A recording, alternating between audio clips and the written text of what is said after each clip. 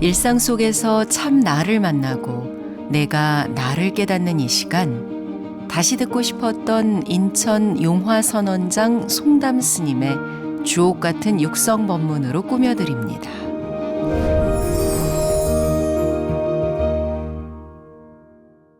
짐승도 내 집에 들어오면 잡아서 죽이는 법이 아닌데, 아무리 일본 사람이라 할지라도 풍랑을 만나서 표류해온 사람을 잘해서 돌려보내야지, 그것을 갖다가 죄 없이 이 포박을 지어가지고 두드러 패고 실컷 온 보물을 갖다가 뺏으려고 한다면 어찌 그것이 훌륭한 처사라고 하겠느냐.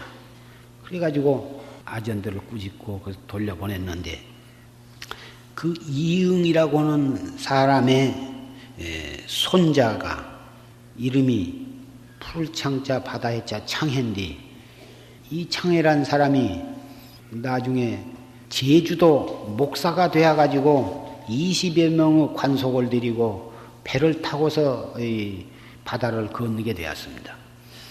근데 폭풍을 만나가지고 배가 뒤집어진 바람에 다 죽고, 그 창해란 사람과 또 다른 세 사람이 간신히 뱃조각 판때기를 붙잡고는 며칠을 표류를 해가지고 도착을 했는데, 일본의 지마도라는 섬에 도착을 했다고 말이에요. 그래 일본 사람들이, 그 섬 사람들이 와 나와가지고, 그럼 이 창해를 비롯한 세 사람을 갖다가 무슨 간첩이나 무슨 그런 걸로 취급을 해가지고는 묶어서 때려 가둬왔습니다.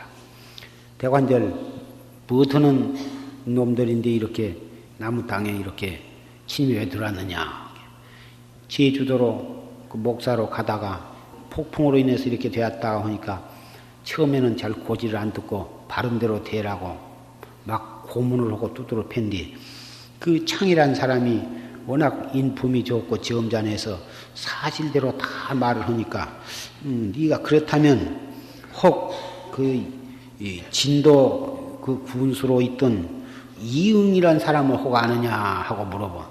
바로 그 사람이 우리 할아버지요. 그게 그 자세히 이리저리 물어보니까 틀림이 없다고 말이에요. 그때부터서는 포박을 다 풀어주고, 이 옷도 갈아입히고 음식도 잘 먹이고 상처도 다 하고 그런데, 그래가지고 여러 날을 융숭한 대접을 받았는데, 이제 빨리 이 한국으로 돌아와야겠는데, 이 관속들이 다 죽어버리고 자기네들만 가봤자 별로 그렇지 않아도 반대당한 것이기로 제주도로 이렇게 귀향가나 다름없이 이렇게 좌천되어 간 판인데, 한국으로 돌아가봤자 반대당으로부터 참 좋은 소리도 못 듣고, 그러니 갈 수도 없고, 또 가려고 해봤자 배가 없으니 갈 수가 없고, 천상 그 지마도 도주가 배를 만들어서 태워다 주기 전에는 갈 수가 없는데, 몇 날이 돼도 보내줄 생각을 안 하고 천천히 겪어보니까 사람이 괜찮고, 또 도주에는 그때 참 그 당원한 교수가 하나, 무남 동료가 있었는데, 창희한테 내 딸이 있으니 내 사유가 되어 달라. 내 아들이 없으니까 이 드릴 사유를 해가지고 나의 모든 것을 다 밀려줄 테니 내 사유가 되어 달라고 간청을 했습니다. 참 생각해보니 내가 이 폭풍을 만나가지고 간신히 죽지 않고 살아났기는 하나, 해필 외놈의 딜사우가 되다니 말도 안 되는 소리다. 의안이 벙벙해서 그랬으나 이리저리 생각해봤자 도저히 뾰족한 수는 없고, 그래서 승낙을 했습니다. 나를 받아서 융숭하게 결혼식을 했는데, 그 교수가 자기보다 한 7, 8세 아래가 되는데 꽃같이 이쁜 미인이었습니다. 이 창이란 사람은 한국에 있을 때 6살 때 결혼을 했는데, 자기보다 훨씬 10여 세 많은 이 여자하고 결혼을 했습니다.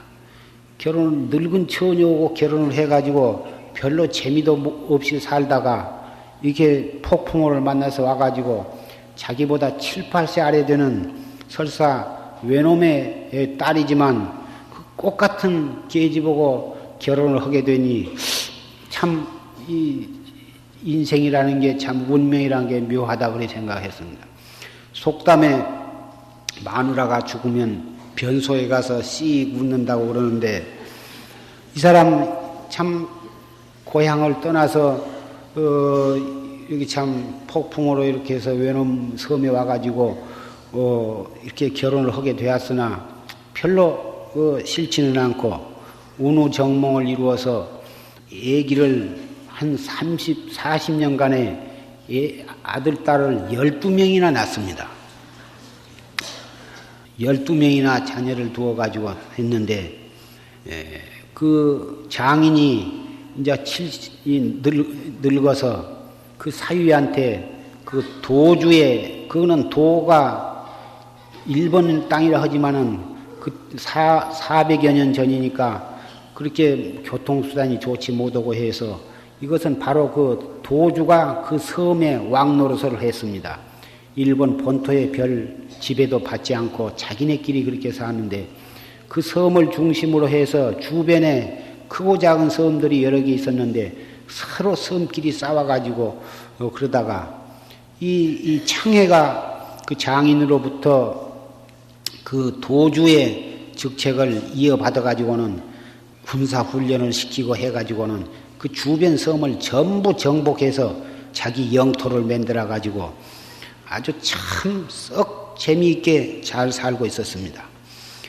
그러나 가만히 생각해 보면 고향 땅에 어머니는 어떻게 계시며 동생은 어떻게 사는가, 이 달밝은 밤이면은 저 이 한국 쪽을 쳐다보면서 하염없이 시름에 빠지기도 하고 그런 세월을 지내다가 또 그 사람이 또 아들을 12 가운데 큰아들이 썩 또 인물이 좋고 기운이 세고 해서 그 사람에게 또 그 자기의 직책을 다 물려주었습니다.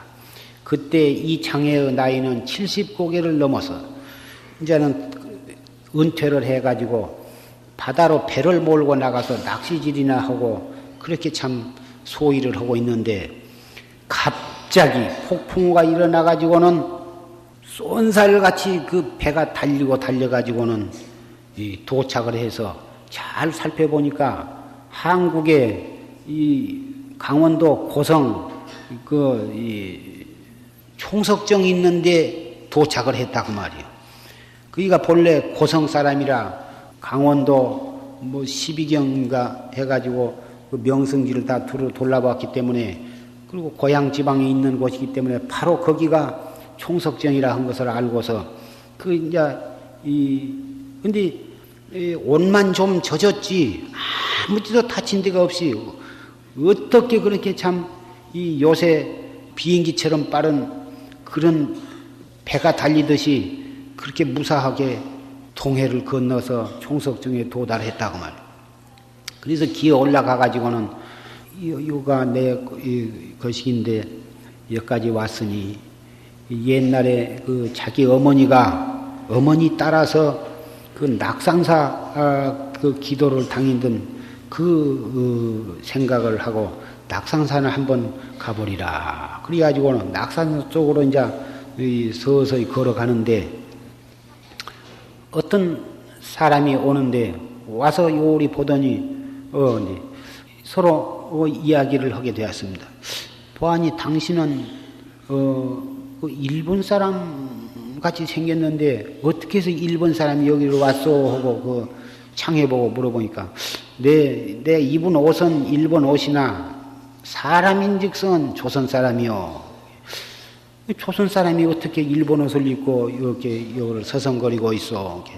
자기 얘기를 쭉 했습니다. 하니까 그 사람이 형님 하면서 달라들면서 그러니까 연인 사람이 멀쩡히 나보고 남보 형이라고 그래요. 그러니까 자기가 남양이라고 하는 남양입니다. 내가 남양입니다. 네가 남양이냐? 그 창해에게는 남양이라고 하는 동생이 하나 있었습니다. 그 남양이 왜 거기를 왔었냐 하면 그 창의 어머니 오씨인데 오씨는 평소에 불교 신심이 돈독해서 항시 소원이 있으면은 그 낙산사에 와서 기도를 하고 집에서도 일심으로 관세음보살을 부르고 더욱이 그 창해가 제주도 목사로 떠난 날부터서는 더 열심히 기도를 하고 또 그 가다가 그 이 풍랑을 만나서 전몰 했다는 소식을 들은 뒤부터서는 그날 그 폭풍 일어나서 배가 파손이 된 그날을 기해서 꼭 낙산사에 가서 불공을 드리고 또 천도를 제사를 지내고 그렇게 하다가 그 이 오씨는 연만해서 작고하고 그 둘째 아들인 남양에게 유언을 해서 네가 꼭 그날에는 낙산사에 가서 꼭 기도를 하고 천도 네 형의 제사를 지내라. 그리고서 살아있으면 반드시 돌아오고 죽었다면 다시 인도 환생을 하도록 부처님께 기도를 해라. 그리고 그 이 고기를 사서 방생을 해라. 이렇게 유언을 해가지고 그 남양이 그 어머님의 유언을 받아가지고 계속해서 그렇게 한뒤 하필 그날이 그 이 창해가 제주도 목사로 부임으로 떠나다가 바다에서 폭풍을 만나서 만났던 바로 그날이다 그 말이에요. 그날 총석정에 도착해가지고 동생과 상봉을 하게 되었다 이것입니다. 관세음보살을 평소에 지극히 염한다든지 고안경을 독송을 한다든지 또는 그런 성지에 가서 기도를 한다든지 어떠한 형식으로든지 한결같은 마음, 정성스러운 마음, 청정한 마음으로 공을 들이고 치성을 하고 기도를 하면 이와 같은 불가사의한 성현의 카피를 잊게 되는 것입니다. 중국이나 한국이나 일본에 이와 같은 이보다도 훨씬 더 불가사의한 카피를 입은 예는 수없이 많이 있습니다. 평소에 기도하는 마음으로 덕을 베풀고 기도하는 마음으로 청정한 마음을 지켜나가고 행동해 나간다면 여러분의 행주, 좌와 어묵, 동정 언제 어디서 무엇을 하시더라도 그 일들 자체가 낱낱이 다 기도가 되는 것입니다. 1년 동안을 또다시 허리띠를 졸라매고 마음을 가다듬고 시시때때로 그림자 없는 채찍으로 스스로를 경책하면서 정법문 중에서 한 걸음도 퇴전함이 없이 노력을 해 주시기를 간절히 부탁을 드립니다. 일상 속에서 참 나를 만나고 내가 나를 깨닫는 이 시간, 지금까지 인천 용화선원장 송담 스님의 말씀이었습니다.